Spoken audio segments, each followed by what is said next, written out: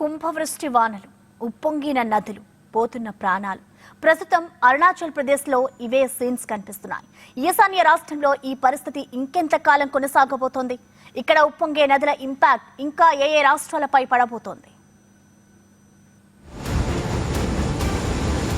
అరుణాచల్లో ఒక్కసారిగా మారిన పరిస్థితులు, ఉగ్రరూపం దాల్చిన నదులు, నిరాశ్రయులైన వేలాది మంది. రంగంలోకి దిగిన ఇండియన్ ఆర్మీ, ఎస్డీఆర్ఎఫ్. ఈశాన్య రాష్ట్రం అరుణాచల్ ప్రదేశ్లో ప్రస్తుతం పరిస్థితి దారుణంగా మారింది. భారీ వర్షాలు, ఆకస్మిక వరదలు, కొండ చర్యలు విరిగిపడటం ఇప్పుడు కామన్ గా మారాయి. వీటి కారణంగా జనజీవనం పూర్తిగా స్తంభించిందనే చెప్పాలి. ముఖ్యంగా కేఈ పన్యోర్ జిల్లాలో పరిస్థితి అత్యంత ఆందోళనకరంగా మారింది. ఇక్కడ వరదల ధాటికి ఒక మహిళ మరణించగా మరో 4 గల్లంతయ్యారు. పన్యోర్ లోయర్ హైడ్రో ఎలక్ట్రిక్ ప్రాజెక్టు వద్ద పరిస్థితి మరింత దారుణంగా ఉంది. నిర్మాణంలో ఉన్న రిటర్నింగ్ వాల్ కూలిపోవడంతో ఒక్కసారిగా వరద నీరు బురద పక్కన ఉన్న కాలనీని ముంచెత్తాయి. ఈ ప్రమాదంలో దాదాపు 50కి పైగా ఇళ్లు దెబ్బతిన్నాయి. ఈ ప్రమాదంలో దాదాపు 17 మంది గాయపడగా వారిలో 3 పరిస్థితి విషమంగా ఉంది.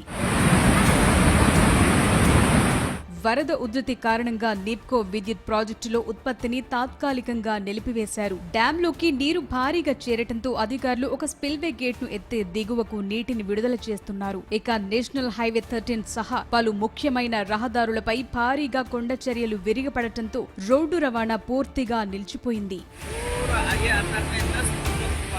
K E Panyor, upper Subansiri, Kamle, lower Subansiri, Kurung Kumey, Kra Daadi అని 6 జిల్లాల్లో ప్రస్తుతం రాష్ట్రంలోని ఇతర ప్రాంతాలతో సంబంధాలను కోల్పోయాయి. ప్రజలు అత్యవసరమైతే తప్ప ప్రయాణాలు చేయొద్దని అధికారులు సూచిస్తున్నారు. బాధితుల కోసం ఇప్పటికే సహాయక శిబిరాలను ఏర్పాటు చేశారు.